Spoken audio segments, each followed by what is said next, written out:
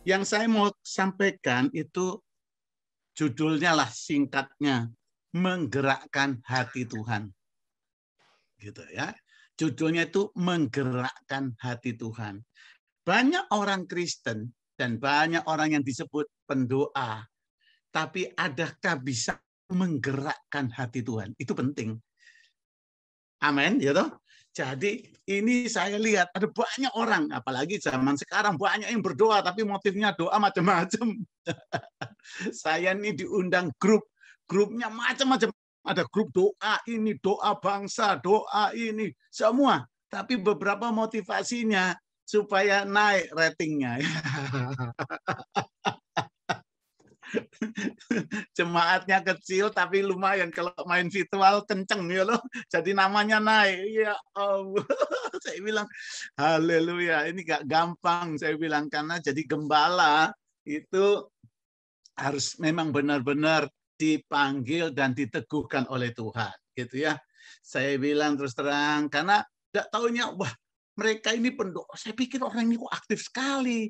Kok bisa ini padahal dia gembala. Saya cek gerejanya. Ya ampun, cuma 20 orang. Mantesan, nggak sibuk sama gembala jemaat.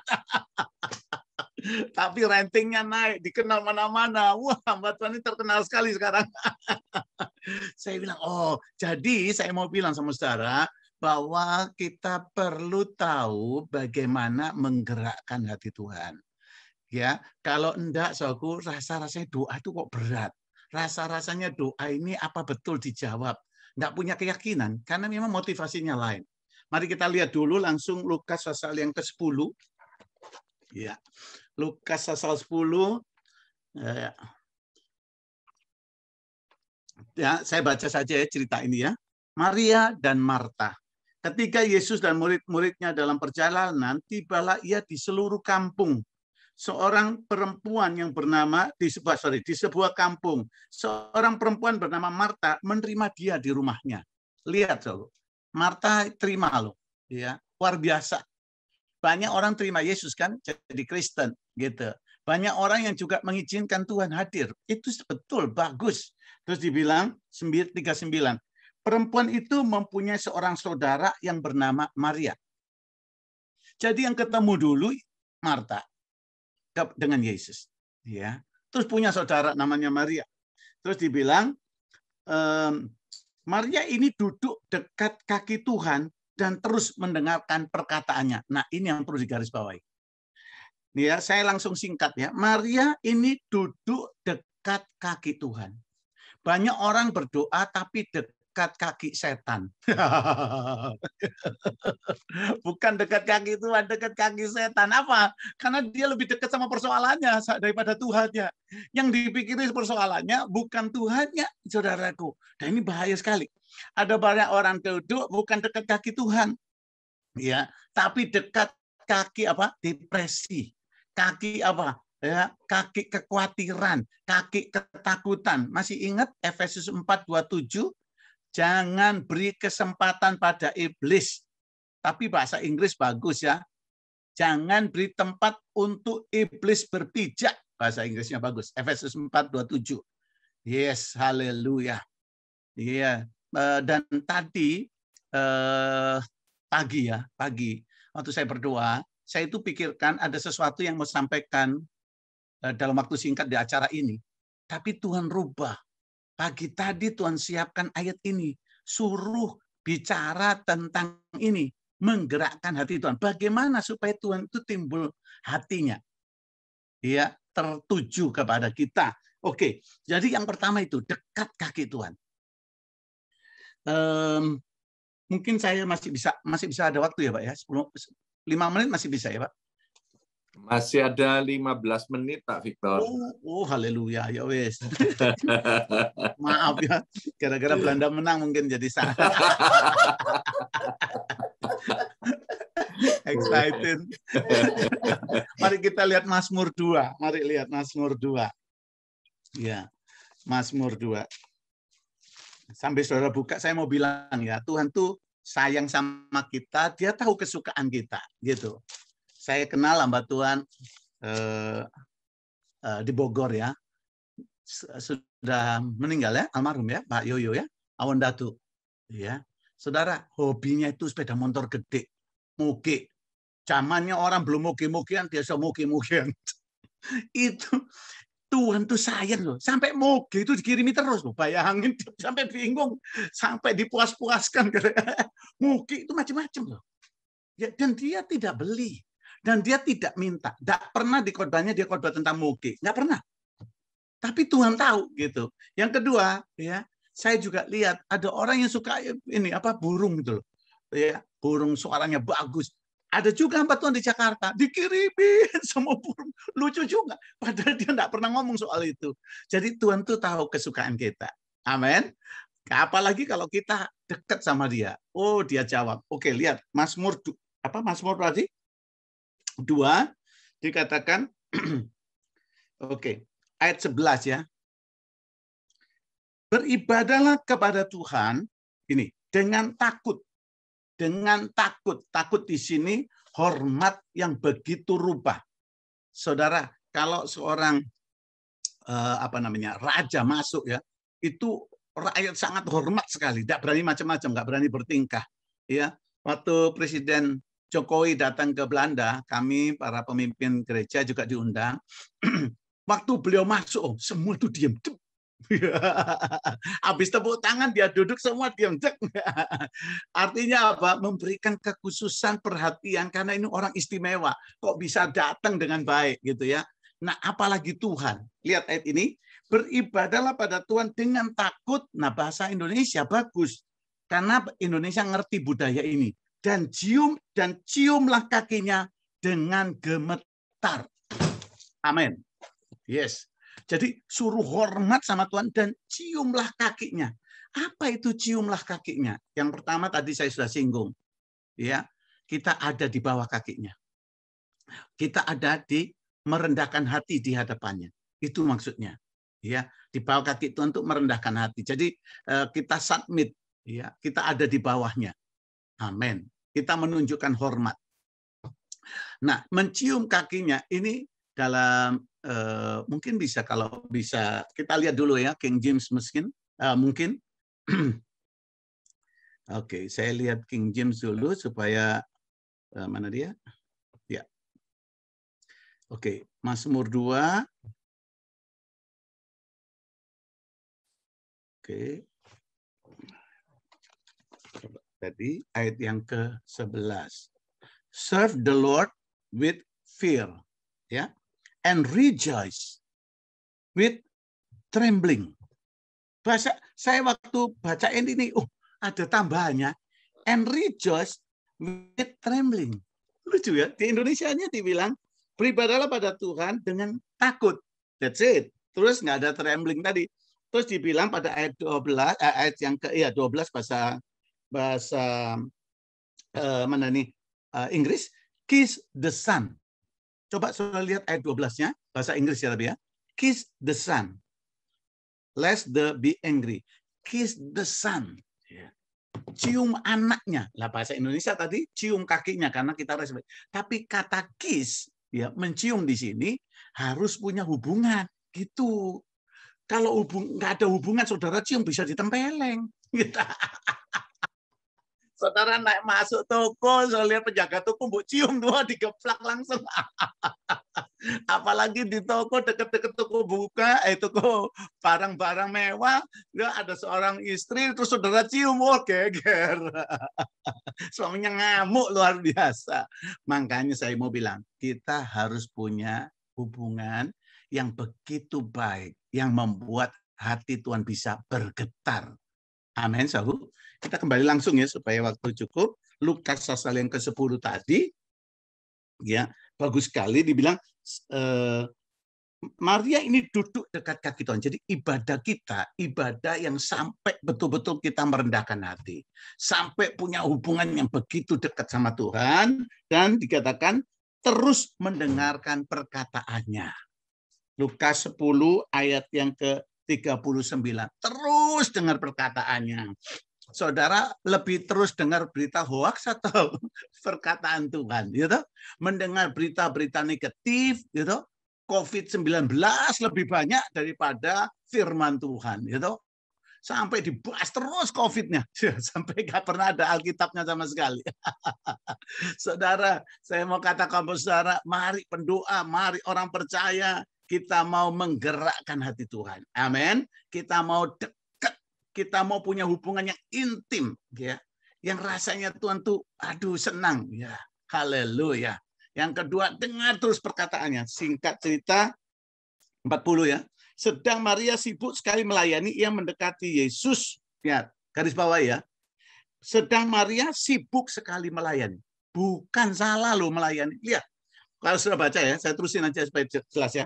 Sedang Marta sibuk sekali melayani. Yang mendekati Yesus berkata, Tuhan, tidakkah engkau peduli bahwa saudaraku membiarkan aku melayani seorang diri? Suruhlah dia membantu aku. Saudara lihat, dari ayat 38 sampai ayat 40, Tuhan tidak pernah tegur pelayanannya dari Marta. Karena melayani itu baik sekali.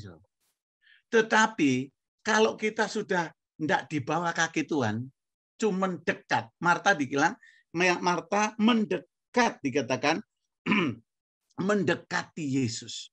Iya. Saudara lihat, dia bukan mencium kaki Yesus, dia bukan ada di bawah kaki Yesus, dia cuma mendekat, ya, dan langsung. Apa kamu tidak engkau membiarkan? Tuhan tidak engkau peduli.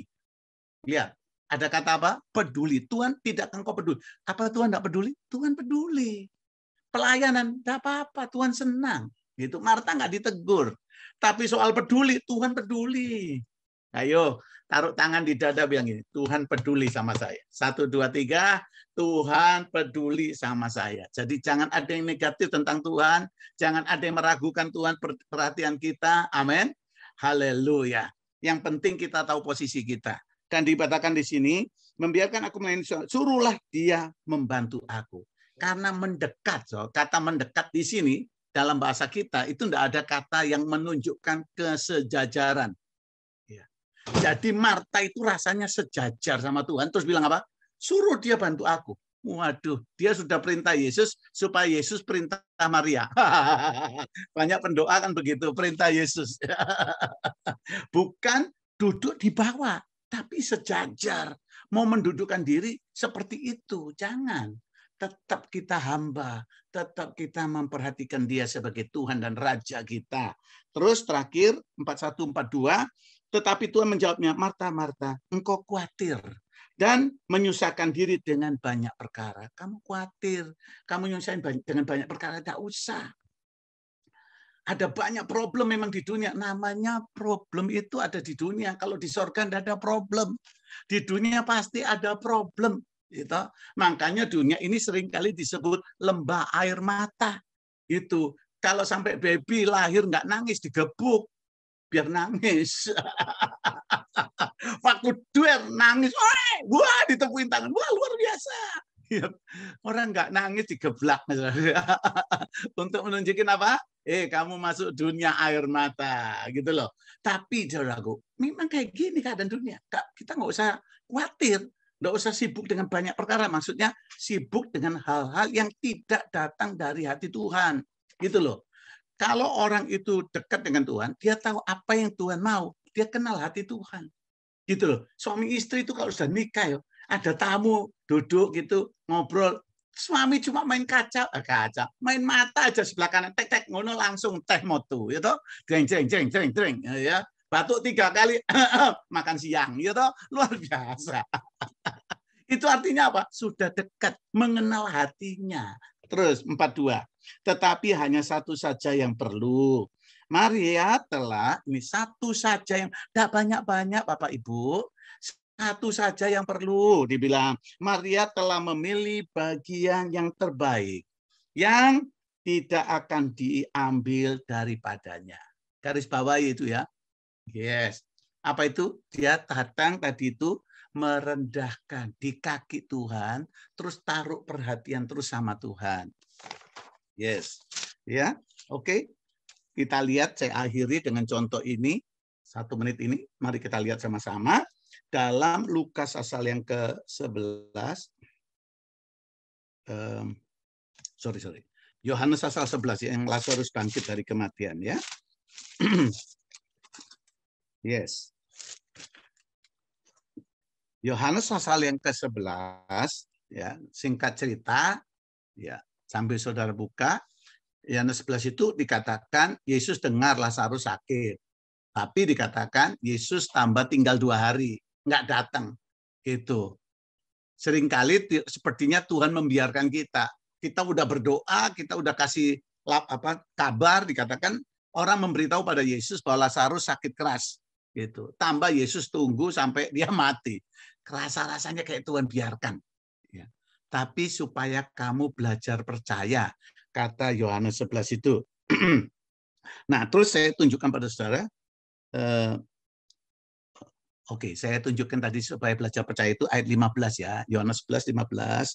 Tapi syukurlah aku tidak hadir pada waktu itu, sebab demikian lebih baik bagimu supaya kamu dapat belajar percaya. Percaya pun perlu belajar. Amin. Halo. Amin. Dilatih itu maksudnya, supaya belajar percaya. Dan orang yang terus berlatih akan menjadi juara atau expert dalam hidupnya. Nah, terus Yohanes 11 ini berkata, waktu meninggal, Yesus datang, saudaraku, dikatakan di sini. Oke, kita lihat ayat ini 33 dan 38 ini ya. Dibilang gini, ketika Yesus melihat Maria menangis, nanti sudah baca sendiri ya seluruhnya. Ketika Yesus melihat Maria menangis dan juga orang-orang Yahudi yang datang bersama-sama dia, maka maskulah hatinya. Ia sangat terharu. Ya, dan berkata, di mana engkau letakkan? Lihat, ada kata maskulah hati Yesus. Mestinya nggak usah ditulis nih maskula ya. Tapi ini ada kata itu maskula. Hancur waktu lihat Maria nangis, orang-orang nangis 38. Dikatakan 38, maka maskula. Kata ini diulang lagi. Maka maskula pula hati Yesus. Lalu ia pergi ke kubur itu. Adalah sebuah gua yang ditutup dengan batu.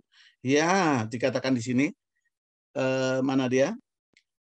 Saya ulang sedikit ya. 34, di manakah dia kamu baringkan? Jawab mereka, Tuhan, marilah dan lihatlah. Ayat 35, maka menangislah Yesus. Kata orang-orang Yahudi, nah ini saya tadi kelewatan kata-kata ini, lihatlah betapa kasihnya kepadanya. Gitu. Waktu saya baca, cari kepadanya ini kepada Lazarus yang mati, atau kepada siapa? Kepadanya ini nggak taunya ditujukan kepada Maria yang menangis. Maka maskulah. Hati Tuhan itu digerakkan dengan belas kasihan.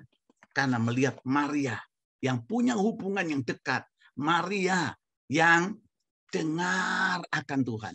Timbul hatinya. Timbul, maskulah hatinya. Langsung dia tanya, di mana kamu letakkan? Timbul. Amin, saudaraku. Maskulah. Yes. Ya. Dan saya katakan buat saudara, bahwa Tuhan mengasihi saudara semuanya, ialah kita disebut orang-orang yang dapat menggerakkan hati Tuhan. Bagaimana kalau kita berdoa sekarang? Ya? Mari kita berdoa. Tuhan, terima kasih. Engkau baik. Engkau baik. Kalau Engkau bicara seperti ini, Kau mau tarik perhatian kami, supaya kami menjadi orang kesayangan-Mu. Kau telah pilih Maria, sehingga dia boleh menikmati janji-Mu. Kau telah pilih Daud, sehingga dia boleh mengalami janji-Mu. Orang-orang yang dikenan oleh Engkau. Sekarang kami temukan Maria, saudara dari Marta.